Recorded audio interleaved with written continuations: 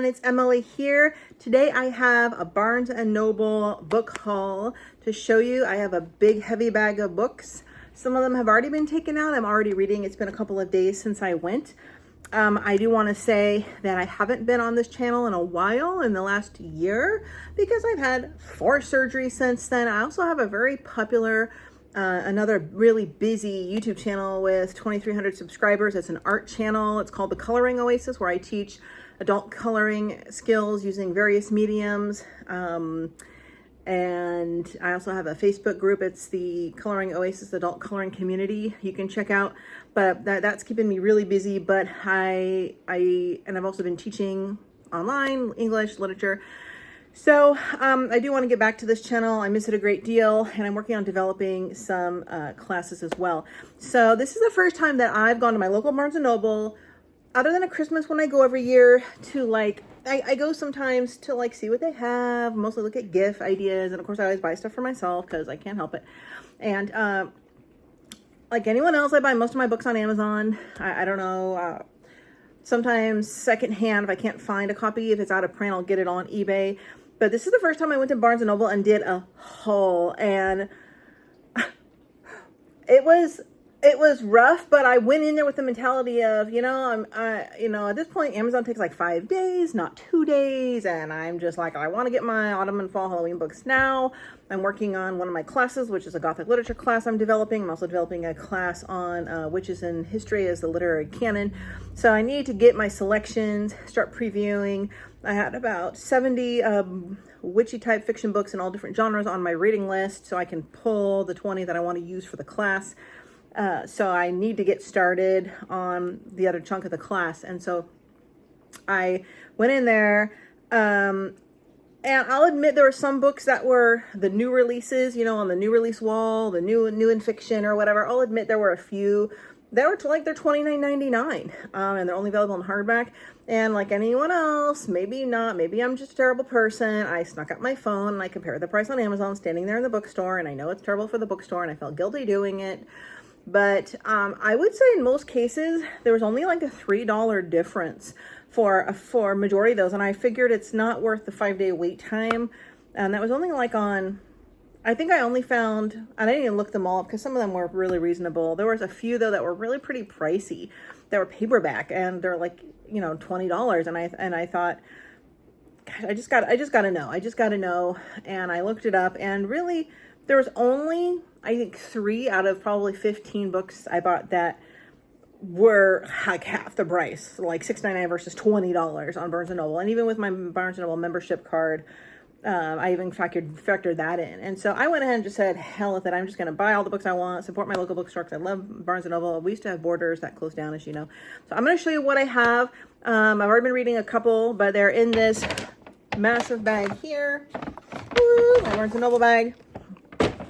So the first one I want to show you, I've already read in the 2 days since I got it for my Gothic lit class I'm developing. This is The Dunwich Horror by H.P. Lovecraft. I'm not the biggest H.P. Lovecraft fan. I haven't read that many over the years. Well, okay, maybe a handful, I guess.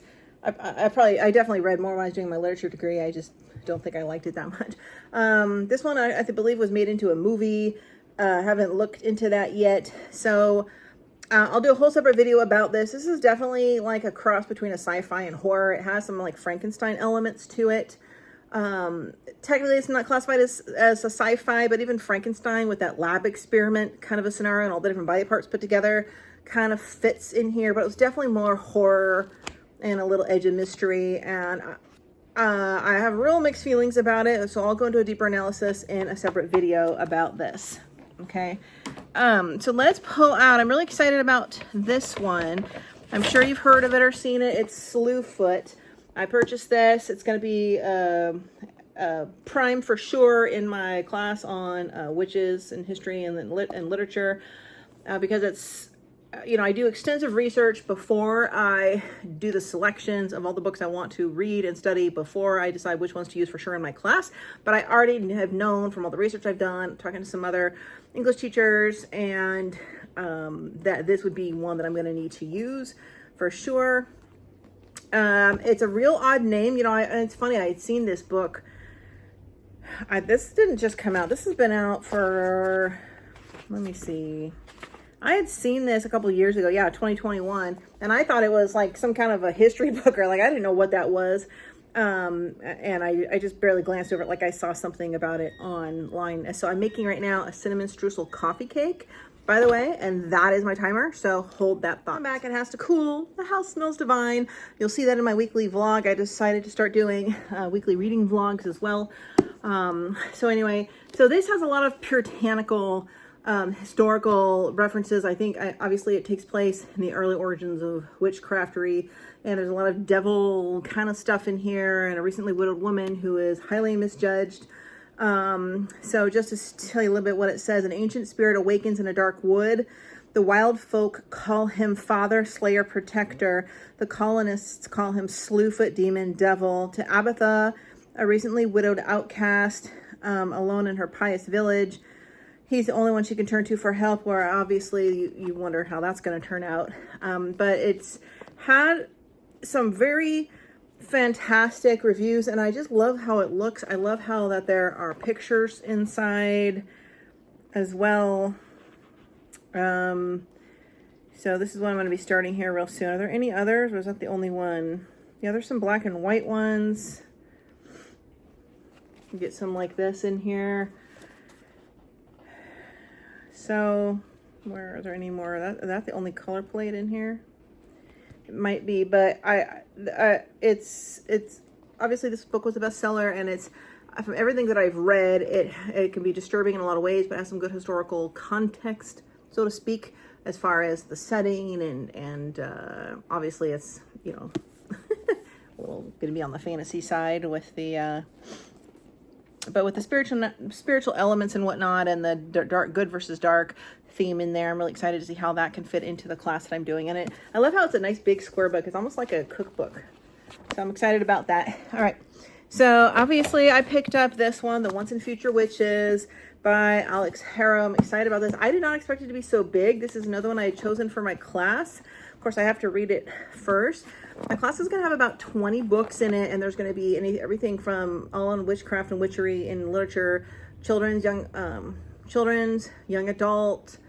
There's going to be romance. There's going to be fantasy. There's going to be a few sci-fi, Gothic, straight horror, and some historical fiction, and so and of course some realism, some fantasy realism, but a contemporary fiction. So this one was one that I definitely saw. There's a lot of these categories can overlap.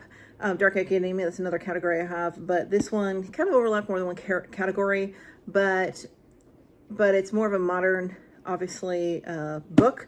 And so since I am comparing classics to contemporary fiction from every genre, and how witches are portrayed, and how the witches' literary canon has influenced literature overall, and how it stems, you know, from the Gothic, and how horror stems from the Gothic, and how they all tie together, and on, and the whole kind of lineage of literature developing with these kind of characters, I guess you could call.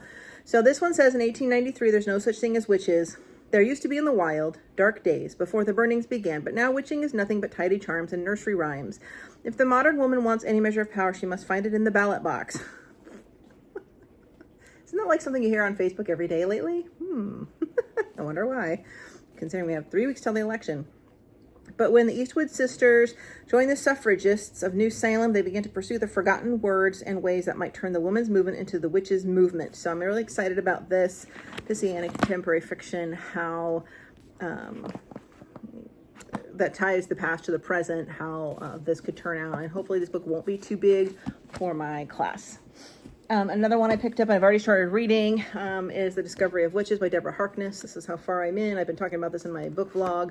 So this is definitely an extremely important piece of fiction that will be in my class as well, and with full analysis and, you know, looking into studying the works. So I don't want to talk too much about this because you may have read it or not. And I can tell you so far that, and I have not watched the show. I watched 1 episode. That's it. But I decided to finish the book before I watched the rest. But as always, the book has a whole lot more than you would ever see in a show.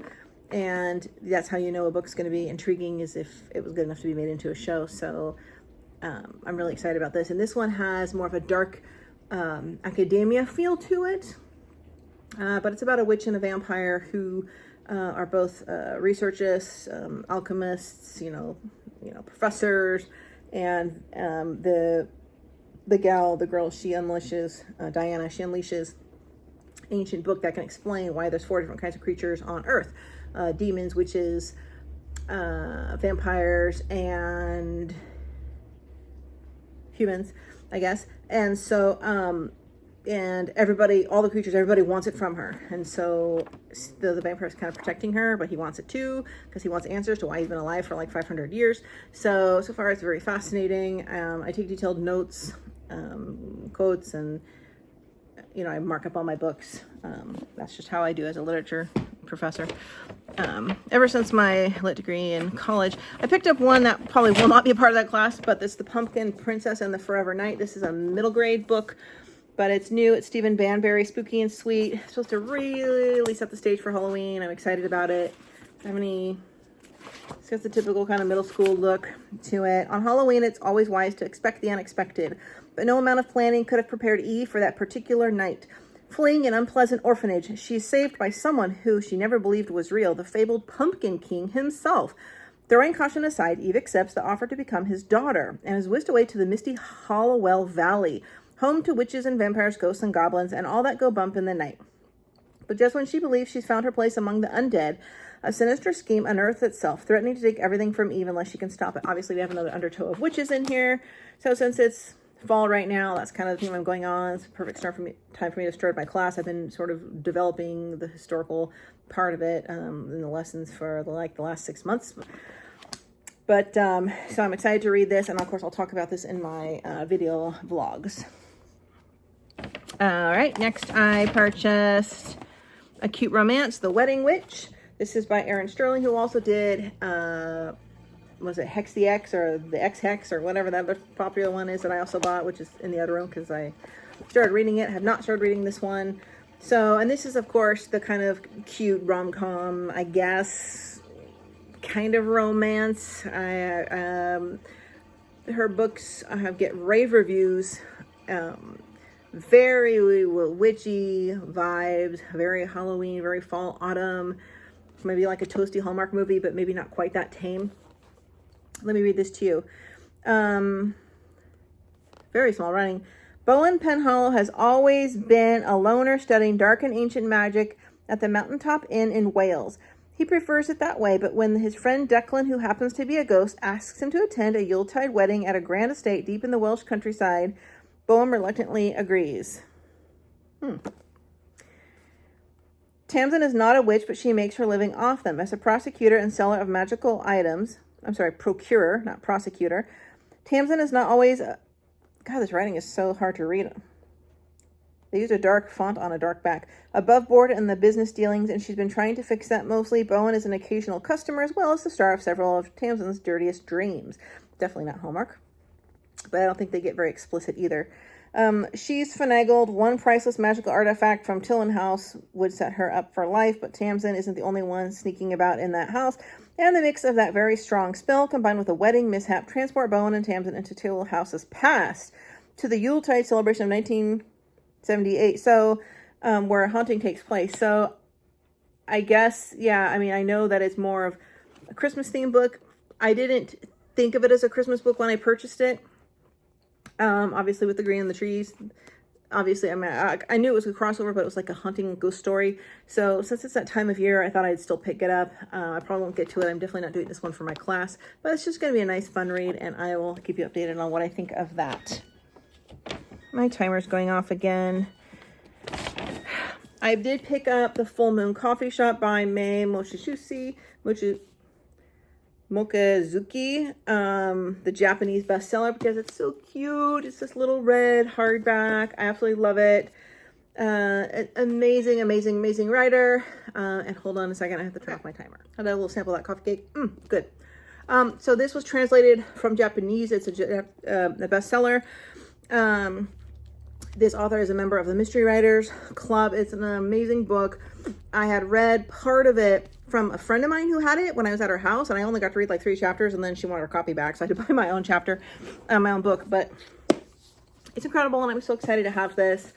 The one she had looked different, so I was really happy to find this in Barnes & Noble. But this is about cats and coffee and magic, and I love all the above. In Japan, cats are symbols of good luck. As the myth goes, if you are kind to them, they will one day return the favor. And if you are kind to the right cat, you might just find yourself invited to a mysterious coffee shop under a glittering Kyoto moon. This particular coffee shop is like no other. It has no fixed location and no fixed hours, and it seemingly appears at random, and it's run by talking cats. That's the best part. It is amazing. I can only go based on the first 3 chapters, but believe me, if you love coffee, cats, cozy books, you're gonna love this. And I will, of course, talk about it more when I finish the whole book. I did pick up The Magicians by Lev Grossman. This obviously has been made into a TV show. I have not seen the TV show, nor did I know about this book. This is book 1 in the Magicians trilogy. I guess I can't say I totally didn't know about it. I knew of the series. I just really had never thought about it. But the person, the guy at Barnes & Noble came around talking to me. He's like, he saw I had this bumbling basket of books, and he took it from me to put it up front for me because it was getting heavy. And he saw everything I had in there. And he came back. He said, wow, I've never seen anyone buy this many books in one full swoop. I said, yes, I have a problem, I admit. And I'm an English teacher. That's what I do. And he said, well, have you read The Magicians? And of course I said, I had to think for a minute, and I knew of the series, but I didn't know much about it. And I said, I guess I haven't. He says, oh my gosh, you have to read it. So he took me over there. He talked all about it. He told me about it. He said it's like a cross between Narnia and Harry Potter, and it's absolutely amazing. And the book has like a bazillion more characters and scenarios than you see in the TV series. And you could literally watch both, and they would be completely different. So you could even interchangeably watch them, or watch the show first and then this, or vice versa. So I'm kind of torn because it's not one of those shows that follows the book exactly. It's like a spin-off more. It's kind of what he said. But yeah, so I'm very excited about this as a contemporary sort of a fantasy fiction. Quentin Coldwater is a brilliant but miserable high school math genius. He secretly is fascinated with a series of children's fantasy novels set in a magical land called Filroy, and real life is disappointing by comparison. When Quentin is unexpectedly admitted to an elite secret college of magic, it looks like his wildest dreams may have come true. But his newfound powers led him down the rabbit hole of hedonism and disillusionment, and ultimately to the dark secret behind the story of Filroy. The land of the childhood fantasies turns out to be much darker and more dangerous than he ever could have imagined. The Magicians is a very daring and inventive work, and so I love the way that he described it to me. He just said it's like literally brimming with magic. It's like the school that everybody would want to go to, even more than Hogwarts. So I'm excited to read it. You know, I'm not like necessarily the biggest Harry Potter fan in the universe. I like it just like I like any other fantasy, I guess. But I love magic books and I love fantasy, and this will be interesting to see how it plays out. And it's a smaller book. It's not like one of those bumbling giant hardback fantasy novels. So I will keep you apprised. I purchased, of course, you've seen this a million times. Everyone's talking about the Spellshop by Sarah Durst. I do have to say that at Barnes & Noble, it was $29.99. And at Amazon, it was $20.99. So $9 difference. With my 10% Barnes & Noble discount, that took me off $2.99, which put it at $26.99. So $6.99 more, if I did that math right, than waiting 4 days to get it on Amazon. And the problem is I buy so much stuff on Amazon, holiday decor and household stuff and Christmas presents, are that I get tired of like people in the house making comments about the amount of packages that come. So I figured, well, I just buy them in the store, then I don't have to have more boxes to break down. So $7. I want to support my local bookstore. I bought it there. This is not necessarily Halloween-y, but it's another fantasy magic, cozy cottage gore kind of a book. And I will give you my honest opinions about this when I read it. So I don't need to go much into it. But this is the author of The Bear and the Nightingale. I have read The Bear and the Nightingale, and The Bear and the Nightingale was... there were some sections where I faded out a little, about 3/4 of the way in. It got a little heavy on some of the lore and whatnot. and I feel like I kind of lost a little track. My interest was peaking for a while there. It's been a couple of years, so I don't remember all the specifics, but I do remember that feeling. And I can look at my Bookly app to see what I wrote about it. In fact, let me go do that now. Okay, so apparently, I didn't put the notes of that in my Bookly app. I think that this was before I started using Bookly, that I used a paper notebook, and so I don't know where that is at the moment. So anyway, this is by the same author, and I'm excited to see how this turns out, but it's so pretty, and I love it. It's precious. I love beautiful artwork on books because, let's face it, we all buy books sometimes just because of the cover. All right, so I picked up The House of Salt and Sorrows by Erin Craig, in alignment with, obviously this being a dark fantasy or fairy tale, with the spooky season, and this has some Gothic elements. So since I'm working on developing a Gothic literature course, I wanted to preview this book. It's a New York Times bestseller. But yeah, I know a good amount about it. I've talked to people who've read it. There's some mixed reviews. Most people are intrigued by it. It has a lot of Gothic elements. It's spooky, it's eerie, it can be chilling, it's atmospheric. And of course we have the typical, estate or kind of a castle scenario. But let me read you the back. In a manor by the sea, 12 sisters are cursed. Annalay lives a sheltered life in Highmoor with her sisters. Once there were 12, but loneliness fills the grand halls. Now that only four of the girls' lives have been cut short due to tragic deaths. Disturbed by ghostly visions, Annalay becomes increasingly suspicious that her sisters' deaths were not accidents. The girls have been sneaking out every night to attend glittering balls, dancing until dawn in silk gowns and shimmering slippers, and Annalay isn't sure whether to try to stop them or to join, because who are they dancing with? When Annalay's involvement with a mysterious stranger who has secrets of his own intensifies, it's a race to unravel the darkness that has fallen over her family before it claims her next. So it's really a fairy tale with dark fantasy elements, some spooky story stuff going on with some Gothic undertones, a little bit of everything in there. And so I'm going to read this and give my own take on it and see which genre it fits into the best. So it's not a new book by any means, but it's one I have not read, and I will be interested to see if this makes the cut for any of my courses. Okay. I did purchase the Harney and Sons pumpkin spice tea. You can only get these teas at Barnes & Noble. They have some, they had a cinnamon one, and then they also have I can almost smell it through the tin. They also have several holiday ones as well, but they're like $14.99 minus your 10% card, so they're not inexpensive, but totally worth it. Okay, I picked up a Barnes & Noble exclusive that was all over the store, in the front of the store. It's by Pascal Lachelle. It's called Curious Tides. It's fantasy, but look how gorgeous with this. Is this not the perfect Halloween feels book? Oh, and they released it in October. What a quinkydink. So I know nothing about it. I'm excited to read it. And I don't just randomly buy any Barnes & Noble exclusive or a book they have up front saying buy this Barnes & Noble best book, because there's a lot more behind how they choose those books. Who gets the endorsement, how much commission they can get, who's actually judging that this is the best book, how many people voted. If you even like that genre of book, it might not be your style of book. So I'm very particular with books that I buy. I don't often buy books right in the front. So anyway, I almost bought this one because of the premise on the back and the cover. Is there anything on the inside noteworthy of visual? Actually, yes, it does have kind of that celestial. All right, let's read this.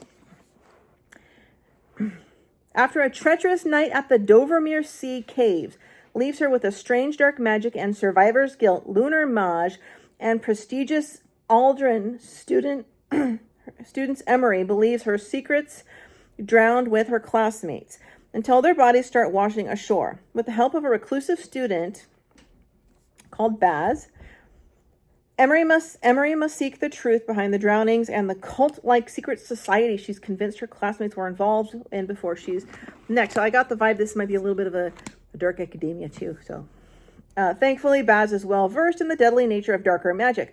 Born under an eclipse, a rare and dark perversion of the sacred lunar magical cycle, Baz has limited use of his abilities in fear of collapsing a gruesome fate that awaits the all the other practitioners of his magic. His control threatens to slip when he helps Emery hone in her gifts, getting close to her in an attempt to uncover what happened to his sister, who also drowned.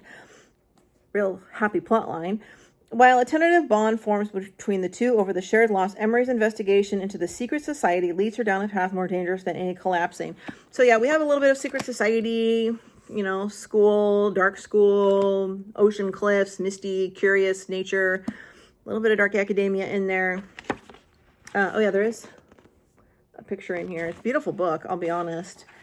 And it gets New York Times, give it some great reviews. Yeah, so it got some good notoriety here, which again, you have to be skeptical of.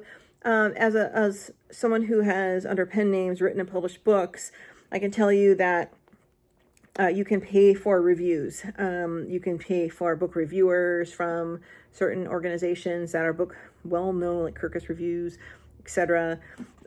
This has been several years. I don't know if they're still doing that, which ones are, which ones are not. I know you can't get like the New York Times and newspapers, you can't pay them to do your reviews, but you can, there are ways to get endorsed reviews. And so I don't always go by reviews of, consider the source. You have to consider the source. The more intellectual way to choose books based on professional reviews you see all over the front and back as slogans or on your Amazon sale page is to look at the reviews of the people, for one. But even then, that is subject to interpretation of the reader, because every reader has different expectations, a different backstory, different reading skills, different preferences for genre. If you hate horror novels and always have, and you read one, you might still find a reason to hate it. So you have to understand that almost any book has a negative and positive reviews, and you have to kind of weed out. And then I look at I look a little glimpse of the book. I read the back, the front.